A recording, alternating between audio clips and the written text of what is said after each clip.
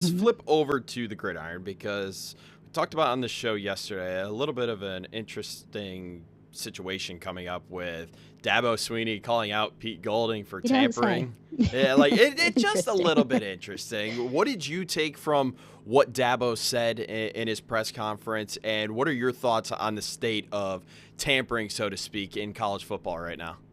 Yeah, well, it was very Dabo Swinney. We've seen this all season, him going on these very long rants. So it was nothing different from that. But it was interesting just to hear everything that he talked about and just the timeline that he had. It was so down packed. I mean, he must have had it written in front of him at 4:55, 12 seconds on the clock. This happened. Like it was very, very specific.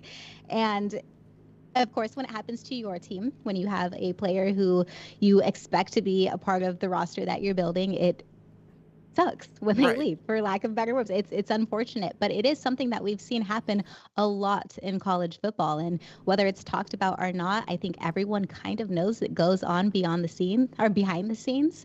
But one of the things that Dabo talked about, there's tampering 101, which is simple tampering of talking to somebody who's not in the portal, and then 201, he gave that example, and then 301, when somebody is in meetings, in classes, has an apartment, lives lives on the campus, Yeah. and then you go and you take that player. And so I do think that is very extensive. If it is true, that is something that needs to be governed. He also brought up the fact that in the NFL, there are tampering rules. Right. And, if you tamper in the NFL, you get fined. And if college football is going to continue on in the direction that it is, they do have to have some kind of governing body that says this isn't okay and create some kind of rules so that this isn't happening. Because at the end of the day, I think it's just a detriment to these athletes and these young men. We got a chance to hear from Dabo Swinney on what he thinks of the state of college football right now. As a person who is truly on the front lines and witnesses the impact of decisions made and the consequences that people really don't see, it is just remarkably sad to see where we are right now in some of these areas in college football. And the big thing to me, there's three main big primary problems, and there's one primary cause. Three of the worst issues in our game right now are all happening for the same reason, and it's because our current calendar it's just stupid. I don't know how else to say it. It's just stupid. We have athletic directors that are firing coaches in the middle of the season because they feel pressed to get ahead of this calendar. We have players who are leaving their teams during the postseason. Some are literally missing playoff games and national championship games.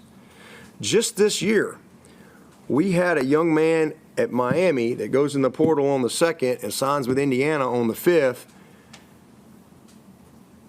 What planet am I living on? This is not what college football is all about. Players are leaving early because they're trying to get ahead of this calendar, because the calendar is forcing them to do this. They're being forced to make these early decisions. Coaches like Lane Kiffin, they're leaving teams amid playoff runs. And listen, right or wrong, whether you agree with it, don't agree with it personally, let's just take that off the table. Professionally, I understand. He's trying to get ahead of the calendar so that he can be successful at his next job. He didn't create the calendar. All three are major issues, and they're all a function of the same problem.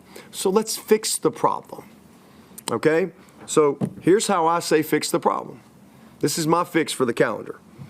If you're thinking about fixing the calendar, I think for me, the first thing we must think about is what's best for the player. So Dabo just went off basically about his whole what he has against the whole calendar right now, and he said basically all the problems are because of the calendar. So if Mariah Ross was charged with fixing this problem, what would she do and why? Fix it all. Destroy it. Just kidding. Destroy. Yeah, just destroy it. Blow it up. Burn it down, start over. Yeah. No, I again didn't hear what he was saying, but a Dabo rant is unmistakable. You could tell that he's basically just laying it all in. No, I hopefully situations like this, situations that we saw with Lane Kiffin and his move to LSU, and just how much of a bomb that was to college football. Hopefully we see things actually changing, and just, again, focus should be on these young men and these athletes, and what is going to be best for their futures and trying to set up their careers. And I think we've gotten a little bit lost in the sauce, and so just turning our focus back to that, and the focus being on these athletes. What do you think the best course of action is? Because I'm sure at some point there's going to be punishments handed out by the NCAA for these so-called tampering violations. Do you think it's best to punish like one team at a time, or just hand them out in bunches to all of these teams that they have enough evidence on that they've been tampering, and just hand them all out at once?